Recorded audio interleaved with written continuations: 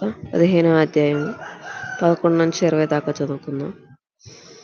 మరియు ఆయన ఇట్లనెను, ఒక మనుషునికి 2 కుమారులుండిరి. వారిలో చిన్నవాడు తండ్రి ఆస్తిలో నాకు వచ్చు భాగము ఇమ్మని తన తండ్రినడుగగా, అతడు వారికి తన ఆస్తిని పంచిపెట్టెను.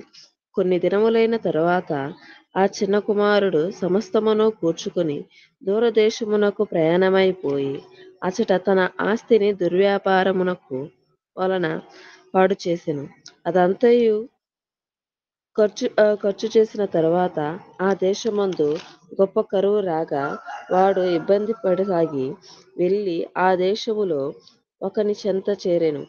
అతడు పందులను మేపుటకు తన పొలములోనికి వారిని పంపెను.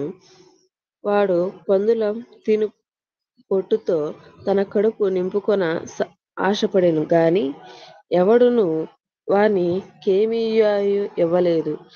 అయితే బుద్ధి వచ్చినప్పుడు వాడు, నా తండ్రి యొద్ద ఎంతో మంది కూలివాండ్రకు అన్నము సమృద్ధిగా ఉన్నది, నేనైతే ఇక్కడ ఆకలికి చచ్చిపోవుచున్నాను. నేను లేచి నా తండ్రి యొద్దకు వెళ్ళి, తండ్రి, నేను పరలోకమునకు విరోధముగాను నీ ఎదుటను పాపము చేసితిని. ఇక మీదట నీ కుమారుడనని అనిపించుకొనుటకు యోగ్యుడను కాను. నన్ను నీ కూలివారిలో ఒకనిగా పెట్టుకొనుమని అతనితో చెప్పుదుననుకొని లేచి తండ్రి యొద్దకు వచ్చెను. వాడింకా దూరముగా ఉన్నప్పుడు తండ్రి వారిని చూచి కనికరపడి పరిగెత్తి వాని మెడ మీద పడి ముద్దు పెట్టుకొనెను. దేవుడి వాక్యం ఆశీర్వదించును గాక. ఆమేన్. ప్రభువైన యేసుక్రీస్తు నామంలో మీ అందరికీ శుభాభివందనాలు తెలియజేస్తున్నానండి. చిన్న ప్రార్థన చేసుకొని వాక్యాన్ని ధ్యానించుకుందాం. ప్రేమ కలిగిన తండ్రి, కృప కలిగిన యేసయ్య, నీ పాదాలకి వందనాలు, స్తుతులు, స్తోత్రాలు నాయన. ఈ ఉదయకాల వేళల్లో మమ్మల్ని సజీవులుగా ఇక్కడ చేర్చి మీ సన్నిధిలోనైనా వేకుజామున ప్రార్థించుటకు, స్తుతించుటకు, ఆరాధించుటకు ఇచ్చిన సమయాన్ని బట్టి స్తోత్రాలు. ఎందరికో లేని భాగ్యము మాకు దయచేసావు తండ్రి.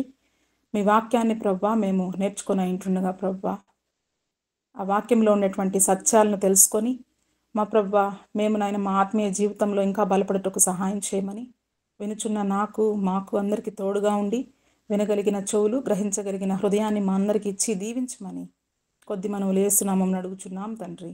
ఆమెన్. ప్రభువైన యేసుక్రీస్తు నామమున అందరికీ వందనాలండి. ప్రత్యేకంగా యూసీవై వారికి నాకు ఈ అవకాశం ఇచ్చినందుకు వారికి వందనాలు తెలియజేస్తున్నాను దేవుని నామంలో. నేటి దినానికి ఏర్పాటు చేయబడినటువంటి అంశం ఏంటంటే చిన్న కుమారుడు, తప్పిపోయిన చిన్న కుమారుడు. మరి ఈ తప్పిపోయిన చిన్న కుమారుడు అనే అంశాన్ని నేర్చుకునే ముందు మనం ఈ అధ్యాయంలో గమనించినప్పుడు ఈ లూకా సువార్త 15వ అధ్యాయము మొదటి నుంచి చివరి వరకు మనం ధ్యానించినట్లయితే, ఒకసారి చదివినట్లయితే ఇందులో మనకు ఉపమానాలు కనబడతాయి. ఈ ఉపమానాలు యేసయ్య ఆ యొక్క ప్రశ్నించిన వారికి అర్థమయ్యే రీతిలో వివరించడానికి ప్రయత్నం చేసినట్లుగా చూస్తాం. మరి యేసయ్య ఉపమానాలు చెప్పడానికి ఆంతర్యము ఏమిటి అన్నప్పుడు గమనిస్తే, తన యొక్క పరిచర్యలో, తన సేవా జీవితంలో యేసయ్య బోధ చేసే విషయంలో తన 3.5 సంవత్సరము తను సేవ చేస్తున్నప్పుడు ఆ బోధ వినడానికి వచ్చిన వారికి అర్థమయ్యే రీతిలో తనతో ఎవరైతే ఆ యొక్క బోధను వినడానికి వచ్చారో వారికి ఈ ఉపమానాల ద్వారా వాళ్ళకి అర్థమయ్యే రీతిలో చెప్పినట్లుగా చూస్తాం.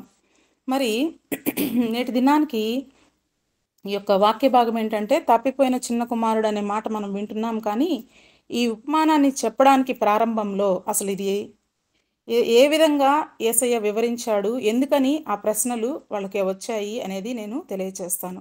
ప్రియులారా, మొదటిగా గమనించినప్పుడు ఈ లూకా సువార్తను ఈ లూకా సువార్తను రాసిన వారు వైద్యుడైనటువంటి లూకా గారు. అతన్ని మనము రీసెర్చ్ స్కాలర్గా అని కూడా పిలుస్తాం. అంటే తను ఈ యొక్క పరిచర్యలో తను ఎంతగానో దాన్ని రీసెర్చ్ చేసినటువంటి వ్యక్తి ఈ లూకా గారు. ఈ యొక్క లూకా సువార్త ప్రారంభంలో అపోస్తుల కార్యాల్లో అతని గురించి చాలా చక్కగా వివరించి ఉంటుంది. గమనించినప్పుడు ఈ ఉపమానాన్ని చెప్పే ముందుగా మన యేసయ్య కూడా ప్రారంభంలో ఆ లూకా సువార్త 15వ అధ్యాయము 1-2 వచనాలు మొదట ధ్యానించుకొని తన తర్వాత నేను ఈ యొక్క చిన్న కుమారుని యొక్క ఉపమానాన్ని మీకు వివరించాలని ఆశపడుచున్నాను. ప్రియులారా, ఒక్కసారి మొదటి వచనాన్ని 15వ అధ్యాయము మొదటి వచనం చదువుదాం.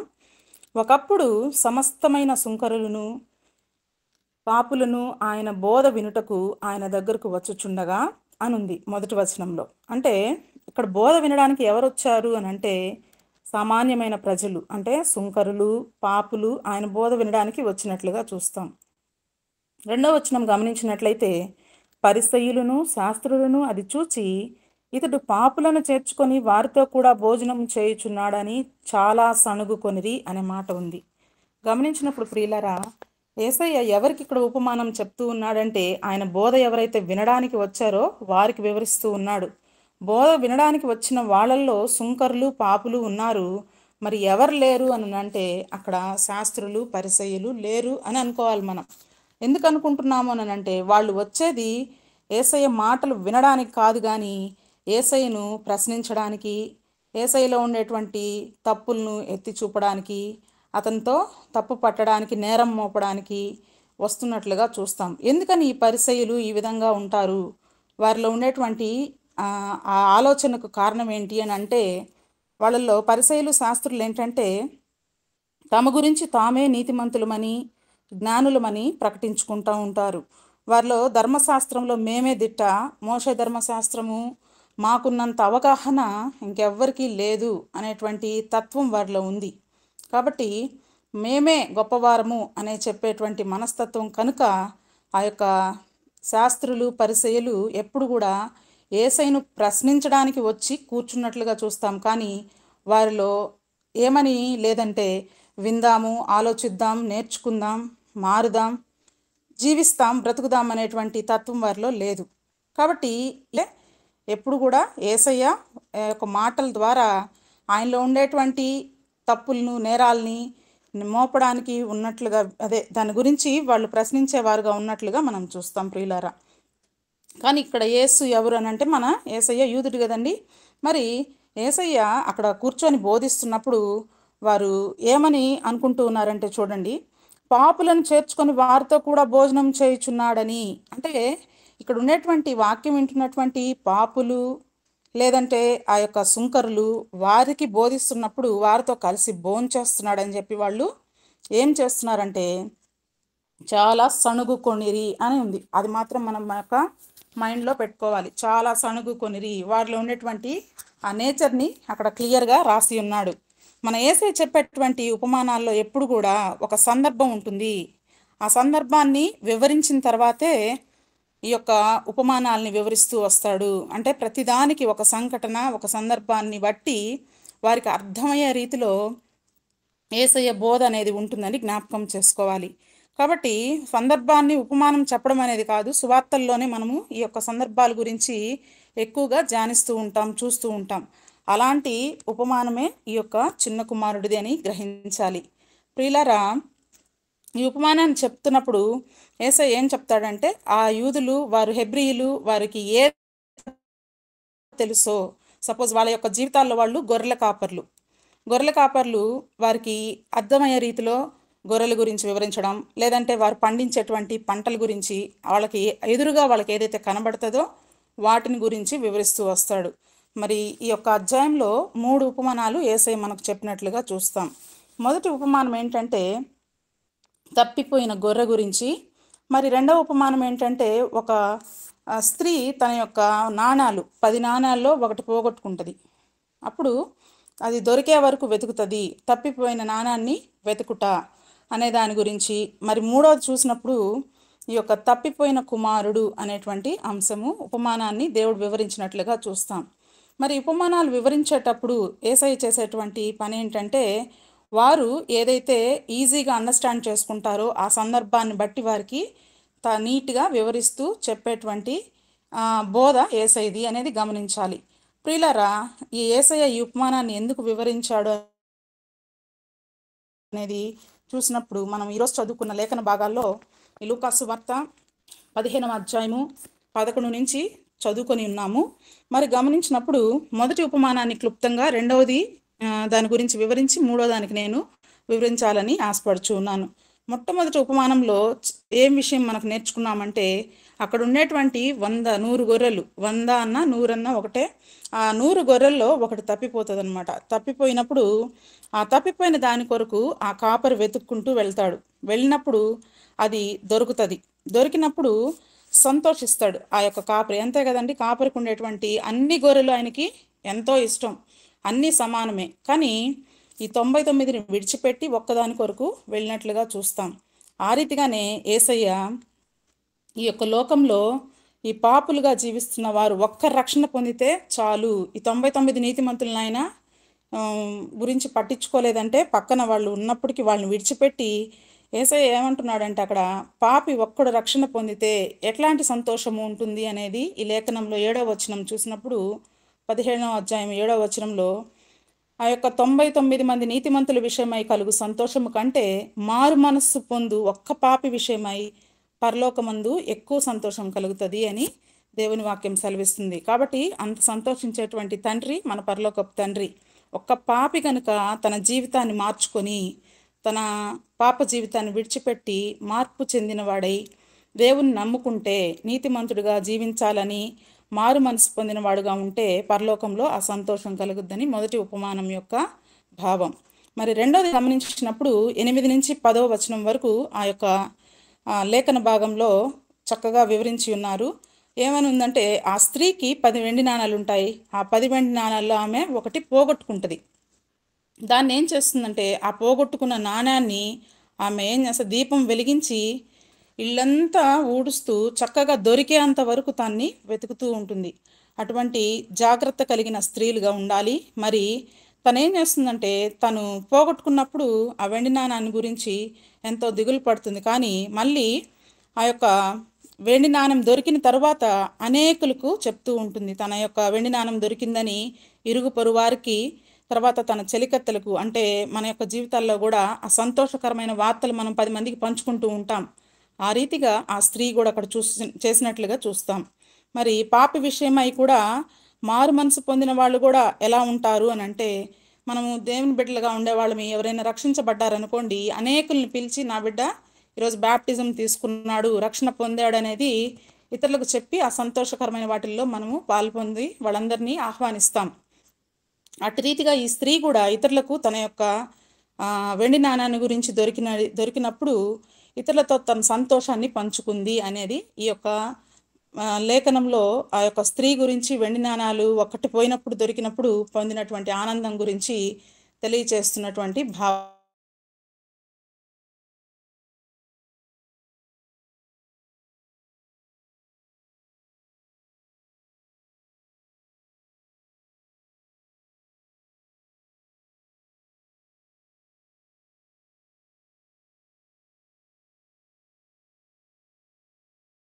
వస్తుంది. కాబట్టి ఈ పెద్ద కుమారుడికి 66 రూపాయల లెక్కన, చిన్న కుమారుడికి లాస్ట్ 33 రూపాయలు ఉన్నట్లుగా చూస్తాం.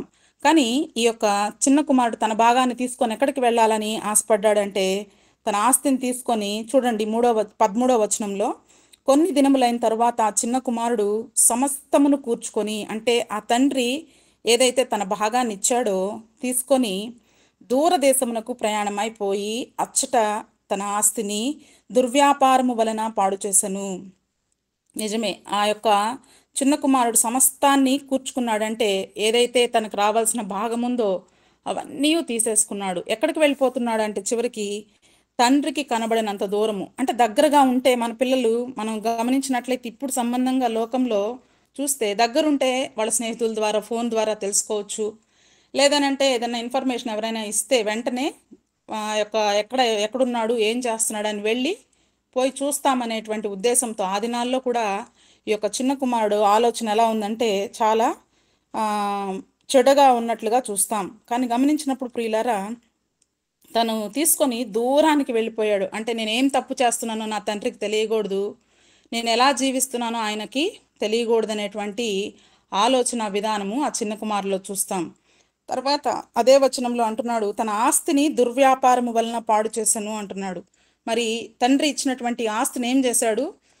దుర్వ్యాపారము అనే పదాన్ని మనం గ్రహించాలి. దుర్వ్యాపారము అని అంటే తన యొక్క జీవితంలో ఏదైతే ఉందో చెడు అలవాట్లను బానిస అయిపోయాడు అనమాట.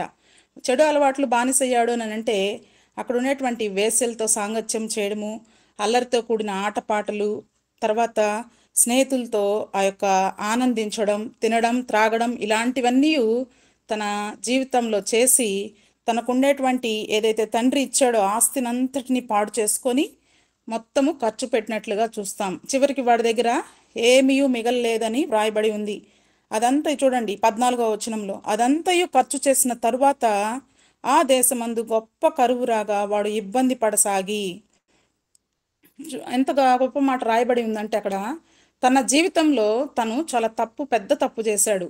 ఈ యొక్క వేశ్యా సాంగత్యం అనేది నేను ఇందాక చెప్పినప్పుడు వేశ్య అనే సాంగత్యాన్ని గురించి లూకాసు వార్త అదే అధ్యాయంలో అక్కడ 30వ వచనంలో చూస్తే తన ఆస్తిని వేశ్యలతో తినివేశాడు అని వ్రాయబడి ఉంది. తన ఆస్తిని అంతటిని అని అంటే ఈ తప్పులు చేసేవాళ్ళు ఏం చేస్తారంటే పిల్లలు తన స్నేహితులు చెడు స్నేహాన్ని అలవాటు పడతారు. కాబట్టి అందుకని దూరంగా వెళ్ళి పాపం చేస్తాం. ఎక్కడైనా గమనిస్తే కనుక ఎప్పుడు కూడా తల్లిదండ్రులకు ఎదురుగా ఉండి తల్లిదండ్రులతో కలిసి జీవిస్తున్నప్పుడు వారు క్రమం కలిగి జీవిస్తారు. తల్లిదండ్రులు ఏం చేస్తారంటే వారిని తప్పు చేసినప్పుడల్లా గద్దిస్తూ ఉంటారు. మరి ఆ గద్దింపుకు లోబడేవాడు నిజమైన బిడ్డగా మంచి మార్గంలో నడుస్తూ ఉంటాడు. కానీ ఇక్కడ ఈ తప్పు దూరంగా వెళ్ళాడంటే తన జీవితంలో తప్పిపోయాడని అర్థం చేసుకోవాలి. దూర ప్రాంతానికి అని అంటే ఖచ్చితంగా తప్పుడు పనులు చేసేటకు, లేదంటే చెడ్డ కార్యాలు చేయడానికి, లేదనంటే దేవునికి అయిష్టమైన బిడ్డగా జీవించాలని ఆశపడేవాడు, లోకంలో జీవించాలని ఆశపడేవాడు మాత్రమే ఇటువంటి కార్యాలు చేయడానికి ఇష్టపడతాడు. కనుక తండ్రికి దూరంగా వెళ్ళి తనకుండేటువంటి సమస్తాన్ని ఆ యొక్క ఆస్తిని దుర్వ్యాపారం వల్ల పాడు చేసుకోవడమే కాకుండా పూర్తిగా ఖర్చు చేసుకున్నప్పుడు ఇంకొక తన జీవితంలో వచ్చినటువంటి ఆ యొక్క దరిద్రుడిగా జీవిస్తూ ఉన్నప్పుడు ఇంకా ఆ దేశంలో ఏమొచ్చిందంట, కరువు రాగా 15వ వచనం, ఆ దేశమందు గొప్ప కరువు రాగా వాడు ఇబ్బంది పడిసాగి. అప్పుడు తన జీవితంలో చాలా ఇబ్బందులు ఎదుర్కొన్నాడు. అంతే కదా, మన తల్లిదండ్రులు ఇచ్చినటువంటి ఆస్తి ఏదైతే ఉంటుందో, ఏదైనా కూడా ఒక సామెత ఉంది, కూర్చొని తింటే కొండలైనా కరిగిపోతాయట అనేది ఒకటి ఉంది కదండి. కాబట్టి తను ఏ రీతిగా తన జీవితం అయిపోయిందంటే తనకి దగ్గరగా ఉండేటువంటి స్నేహితులు అందరూ మనీ ఉన్నప్పుడు అందరూ వచ్చారు, చక్కగా వాడితో ఆనందించారు. తనకు ఉండేటువంటి డబ్బులన్నీ పోగొట్టుకున్న తర్వాత ఒక్కరు కూడా తన చెంతకు రాలేకపోయారు. ప్రతి ఒక్కరితో పోయి పలకరించుకున్నా కూడా తన జీవితం ఏ రీతిగా అయిపోయిందని అంటే తను ఎవరూ దగ్గరికి తీసేంత లేక దరిద్రుడిగా చివరికి ఒంటరివాడుగా అక్కడ మిగిలిపోయినట్లుగా చూస్తాం. తన జీవితంలో కోల్పోయాడని. అప్పుడు కరువు వచ్చింది, ఆడుండే దేశంలో కరువు రాగా అప్పుడు తన యొక్క పరిస్థితి ఎంతో దీనస్థితికి వెళ్ళిపోయాడు, దిగజారిపోయాడు, ఇబ్బందులు పడసాగాడు. కాబట్టి అక్కడ ఒక దేశస్థులలో ఒకని దగ్గర చేరాడంట. చేరి అక్కడ ఏమడుగుతున్నాడు చూడండి, తన జీవితంలో అంటే ఆహారం లేదు, సరైన పోషకాలు లేవు, తన దగ్గర ఉండేటువంటి డబ్బు లేదు, సమస్తాన్ని కోల్పోయి చివరికి అక్కడ ఒక దేశస్థుల్లో ఒకని చెంత చేరను. 15వ వచనం కంటిన్యూషన్, అతడు పందులను మేపుటకు తన పొలంలలోనికి వానిని పంపెను. మరి దేశస్థులలో ఒకని చెంత చేరాడంటే ఎక్కడికి వెళ్ళాడంటే ఈ యొక్క పందుల కాపర దగ్గరికి వెళ్ళాడు. వెళ్ళి ఆ కరువు ప్రాంతంలో ఇంక ఏం అర్థం కాల, తన స్నేహితులు తన దగ్గరికి తీయలేదు. చివరికి పందులు మేపేటువంటి యజమాని దగ్గరికి వెళ్ళి ఏమడుగుతున్నాడంటే నాకు సహాయం చేయమని అడిగినప్పుడు ఆ స్నేహితులు విడిచిపెట్టారు. చివరికి ఆ పందులు మేపడానికి అతను అంటాడు, నా దగ్గర ఏం లేదు కానీ ఇదిగో ఈ పందులు మేపడానికి పొలంలో పనుడు కావాలి నాకు, దాని వరకు నువ్వు చేయాలి అని చెప్తాడనమాట. చూడండి ఎంత దౌర్భాగ్యమైన జీవితమో. కాబట్టి చెడు సహవాసం మంచి నడవడిని చేరుకును. ఈ యొక్క చెడు సహవాసం వల్ల తన యొక్క ఆస్తిని పోగొట్టుకున్నాడు, తన యొక్క జీవితంలో సంతోషాన్ని పోగొట్టుకున్నాడు, తన జీవితంలో శ్రేష్టమైన ఆహారం అతనికి తండ్రి దగ్గర దొరుకుతుంది, అది పోగొట్టుకున్నాడు. చివరికి తన యొక్క జీవితంలో దరిద్రుడైపోయాడు. దరిద్రుడయి ఆకలి బాధతో ఆ యొక్క పందుల దగ్గర చేరి ఆ పందుల కాపర దగ్గర ఆ యొక్క మేపుటకు ఆ పొలంలోకి వెళ్ళినట్లుగా చూస్తాం. కానీ ఆ పొలంలో అతను చేసినటువంటి పని ఏంటంటే దాన్ని మేపాలి. తర్వాత వాని యొక్క ఆకలి ఏ విధంగా చేసిందంటే 16వ వచనంలో చూస్తే వాడు పందులు తిని పొట్టుతో తన కడుపు నింపుకొన ఆశపడను, కానీ ఎవడునూ వానికి ఏమీ ఇయ్యలేదు. ఎవరైతే అక్కడున్న వారు ఉన్నారో తనకు ఎవరు దయదలిచి కూడా ఆహారం పెట్టలేదంట. తను చివరికి ఏమనుకున్నాడంటే ఆ పందుల పొట్టుతోనైనా తన కడుపు ఆకలిని నింపుకోవాలని ఆశపడ్డాడు. అసలు వాళ్ళకి యూదుల గురించి గమనిస్తే అది నిషిద్ధమైన జంతువు పంది అనేది. మరి ఆ పందులను వాళ్ళు ఆ, దేవుడు చెప్పున్నాడు పాత నిబంధనలో గమనిస్తే కనుక హేమైన జంతువుల్లో అది ఒకటి పాత నిబంధన గ్రంథంలో. కాబట్టి అటువంటి ఆ, పందులను తను చేరాడు, ఆ పంది పొట్టు తినాలనేటువంటి ఆ బాధతో అక్కడికి వెళ్ళాడు. కానీ ఇక్కడ గర్విస్తున్నటువంటి పరిసయ్యులు ఏదైతే ఉన్నారో, మేము గొప్పవారం అని చెప్పుకుంటుంటారు కదా, ఆ పరిసయ్యులు గమనిస్తే కనుక పాత నిబంధనలో మేము ఆ పందుల గురించి దేవుడు క్లియర్గా చెప్తాడు, అది తినకూడదు, ఆ కళేబరాలు తినకూడదు, హేయమైన జంతువుల్లో అది ఒకటిగా చూస్తాం. మరి ఇక్కడ చిన్న కుమారుడు ఎక్కడికి చేరాడంటే, ఏదైతే హేయమైన జంతువు ఆ పరిస్థితికి దిగజారినట్లుగా, అంటే తన స్థితి ఏ రీతిగా ఉందంటే చాలా దయనీయమైన స్థితి అని చెప్పుకోవాలి. కానీ ఈ చిన్న కుమారుడికి తర్వాత అనిపించింది, ఏం చేశాడనంటే చూద్దాం. 17వ వచనంలో గమనిస్తే, అయితే బుద్ధి వచ్చినప్పుడు వాడు అన్నాడు. ఏమి వచ్చిందంట అతనికి? బుద్ధి వచ్చింది. బుద్ధి ఎప్పుడు వచ్చిందనంటే, తనకి చిన్న కుమారుడికి తన దగ్గర ఉన్నటువంటి డబ్బులు అయిపోయాయి, కరువు వచ్చింది, ఆకలి వేసినప్పుడు అప్పుడు తనకి బుద్ధి వచ్చినట్లుగా చూస్తాం. మరి ఇటువంటి బుద్ధి రావాలంటే అనేక శ్రమలు పొందాలి. మరి ఆ శ్రమల్ని తను అనుభవించాడు గనుక తను తెలుసుకున్నాడు తన తప్పును. పశ్చాత్తాపడుతూ ఒక మాట అంటాడు చూడండి, వాడు నా తండ్రి యొద్ద ఎంతో మంది కూలివాండ్రును, అన్నము సమృద్ధిగా ఉన్నది, నేనైతే ఇక్కడికి ఆకలితో చచ్చిపోచున్నాను. చూడండి, తను జీవితంలో ఏందనంటే ఆకలి బాధ వల్ల తండ్రి ఒక్కసారి గుర్తొచ్చాడు. అయ్యో, నా తండ్రి నివాసంలో అనేక మంది కూలివాడున్నాడు. అంటే ఇతను తండ్రి బిడ్డ అంటే కుమారుడు అంటే నెక్స్ట్ తర్వాత యజమాని కదా. ఆ యజమాని స్థానంలో ఉండేటువంటి వాడు ఏం చేశాడంటే దూర ప్రాంతానికి వెళ్ళినప్పుడు ఈ రీతిగా తన యొక్క జీవితము దుర్భరమైనప్పుడు తన తండ్రి, ఏదైతే ప్రేమించేటువంటి తండ్రి జ్ఞాపకానికి వచ్చాడు. వచ్చినప్పుడు అనుకుంటున్నాడు, అక్కడ కూలి వంటల్లో నేను ఒక్కనిగా అయినా ఉండుటకు వెళ్ళాలని చెప్పి తన యొక్క జీవితంలో పశ్చాత్తాపాన్ని పొందుకున్నట్లుగా చూస్తాం. ప్రియులారా, ఆ యొక్క 18వ వచనం గమనిస్తే, నేను లేచి నా తండ్రి యొద్దకు వెళ్ళి, తండ్రి, నేను పరలోకమునకు విరోధముగా నీ ఎదుట పాపము చేసి తిని, ఇక మీదట నీ కుమారునని అనిపించుకొనుటకు యోగ్యుడను కాను, నన్ను నీ కూలి వారిలో ఒకనిగా పెట్టుకొనమని అతనితో చెప్పెదను అనుకున్నాడంట. చూడండి, తన తండ్రి దగ్గర సమృద్ధి ఉంది, ఆహారం ఉంది, కొన్ని వేల మంది పనోళ్ళు ఉన్నారు. ఎప్పుడు చూసినా కూడా తన యొక్క జీవితం ఎలాంటిదంటే చాలా సంతోషకరమైన జీవితం. అటువంటి కూలివాన్లో అయినా ఒక్కడిగా ఇక్కడ నేనేం చేస్తున్నాను, ఆకలితో చనిపోతూ ఉన్నాను, కానీ నా తండ్రి దగ్గరికి వెళ్తే అవన్నీ నేను పొందుకుంటానని చెప్పి చాలా సంతోషపడుతూ ఆ మాటను అనుకుంటూ తన జీవితంలో తన హృదయంలో అనుకుంటూ ఉన్నాడు.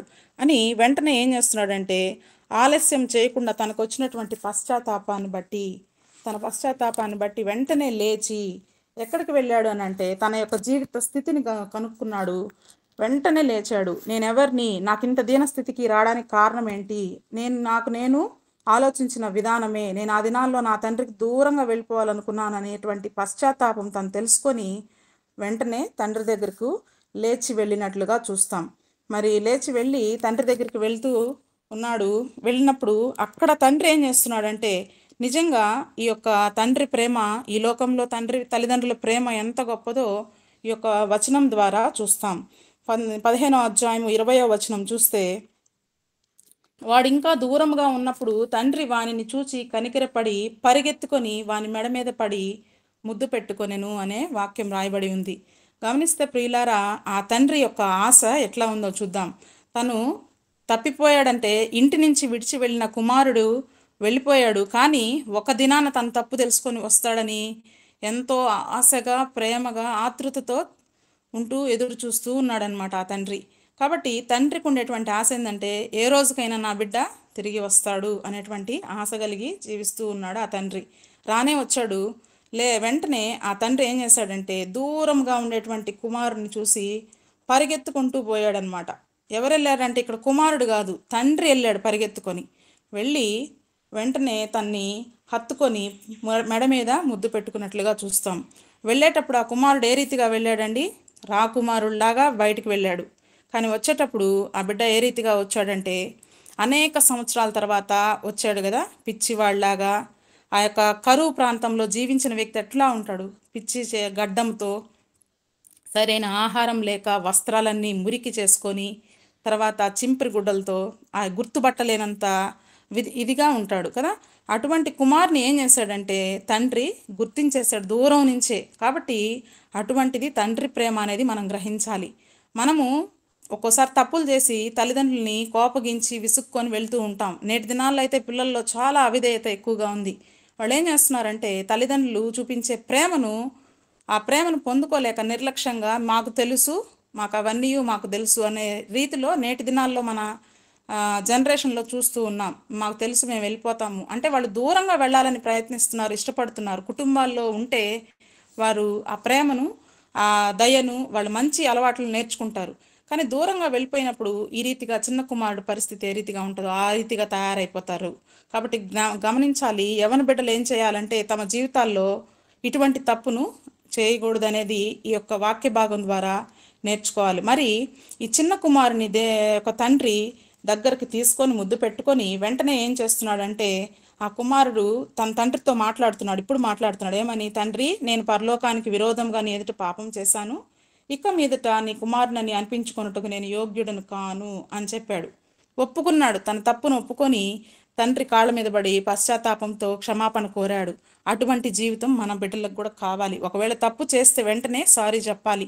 తప్పు చేసినప్పుడు ఏ రీతిగా అయితే ఈ యొక్క చిన్న కుమారుడు పశ్చాత్తాపడి తన తప్పును ఒప్పుకొని తెలుసుకున్నాడు, అటువంటి జీవితాల్లో మనం ఉంటే గనక మన బిడ్డలు ఆ రీతిగా ముందుకి మంచి ఉన్నత స్థితికి ఎదుగుతారు. ఈ రీతిగా క్షమాపణ జీవితము, తన తప్పును తెలుసుకునే జీవితము ప్రతి బిడ్డ కుమారులు కానీ కుమార్తెలు కానీ కలిగి ఉండాలని నా యొక్క విజ్ఞప్తి. ప్రియమైన వారలారా, ఈ యొక్క తండ్రి ఏం చేశాడంటే ఆ యొక్క తప్పిపోయిన కుమారుడు తిరిగి వచ్చిన వెంటనే ఒక గొప్ప విందు చేసి ఆ కుమారునికి ప్రశస్తమైన వస్త్రాలు ధరింపచేశాడంట, మంచి ఉంగరాన్ని పెట్టాడంట, పాదాలకి చెప్పులు తొడిగిచ్చాడంట, క్రొవ్విన దూడను వధించి తర్వాత ఆ విందును ఎంతో సంతోషంగా నా కుమారుడు ఏ రీతిగా వచ్చాడు అనేది 24వ వచనం చూసినట్లయితే, ఈ నా కుమారుడు చనిపోయి మరలా బ్రతికెను, తప్పిపోయి దొరికెను, అంతటా వారు సంతోషపడసాగిరి. సో ఆ యొక్క సంతోషం ఎంత గొప్పగా ఉంది వాళ్ళ ఇంట్లో అనంటే, ఇంకెప్పుడు నా కుమారుడు వస్తాడని ఆశపడి చూసిన కుమారుడు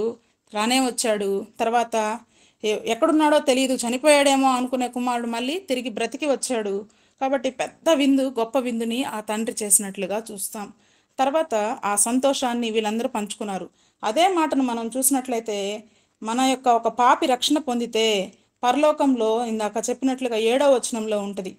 ఏమని ఉంటుందంటే, నీతిమంతుల విషయమై కలుగు సంతోషం కంటే మారు మనసు పొందు ఒక్క పాపి విషయమై పరలోకమందు ఎక్కువ సంతోషం కలుగును. అటువంటి సంతోషాన్ని ఇక్కడ ఈ లోకపు తండ్రి అనుభవిస్తున్నాడు.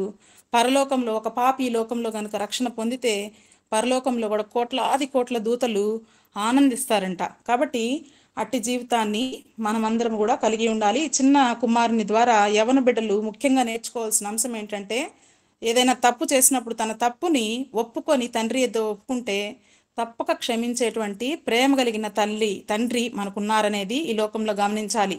మరి ఒక పాపి కూడా తన జీవితంలో మారు మనసు పొంది పాపక్షమాపణ నిమిత్తము దేవుని చెంతకు వస్తే తప్పక ఆయన రక్షించి నిన్ను ఆయన పాదాల చెంత చేర్చుకుంటాడు. నువ్వెన్ని తప్పులు చేసినా కూడా ఒక ప్రేమ కలిగిన తండ్రి మన పరలోకపు తండ్రి అనేది గ్రహించాలి. మరి ఇంతవరకు ఈ యొక్క తప్పిపోయిన కుమారుడు గురించి ఈ లేఖనం ఇంతవరకు తెలియజేస్తూ ఉంది. ప్రియులారా, పెద్ద కుమారుడు కూడా ఉన్నాడు, కానీ తర్వాత చూద్దాం. ఆ 1-2 వచనాలు చెప్పి వాక్యాన్ని ముగిస్తానండి.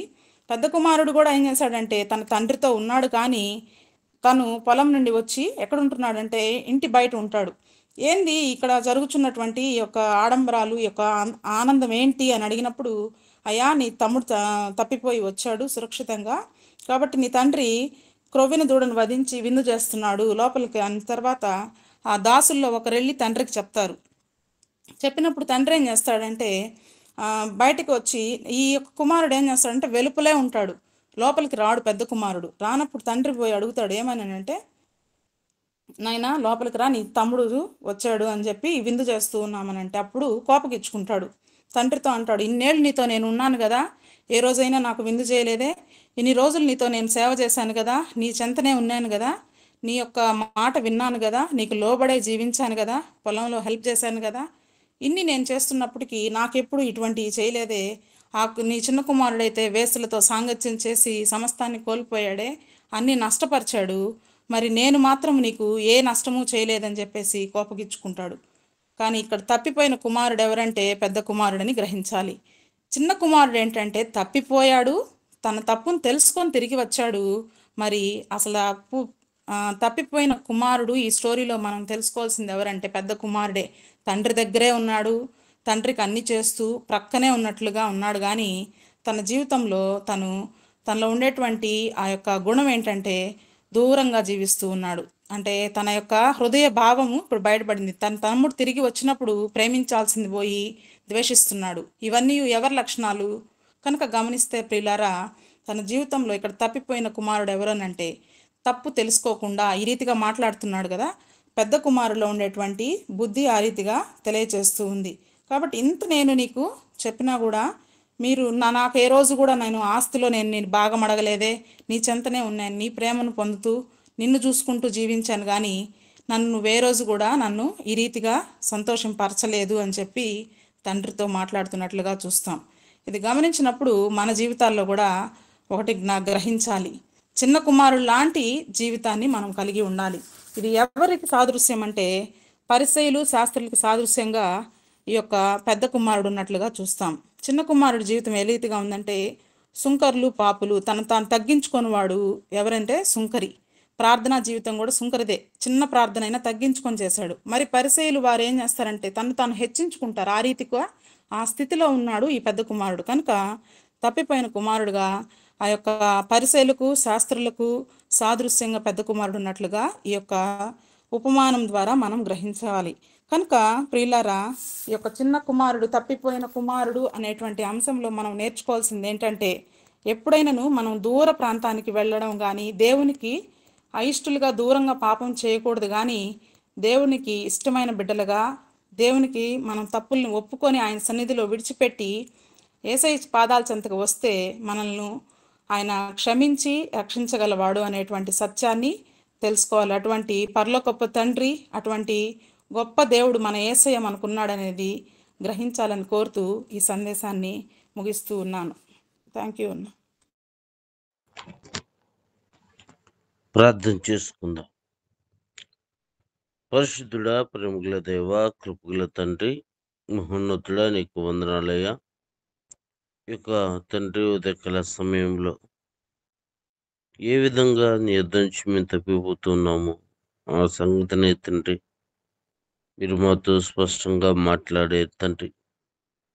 అవును ప్రభువా, సమృద్ధి అయిన నీ స్థలము నుంచి తండ్రి, నిత్యము కాపుదల ఉండే నీ యొక్క స్థలము నుంచి ఈ లోకం తట్టు, లోకంలో ఉన్న వాటిని తట్టు తండ్రి ప్రభువా, మేము తిరిగి లోకాశలో పడిపోయి తండ్రి జీవం గల నేను విడిచిపెట్టే వరంగా మేము ఉంటున్నామయ్యా.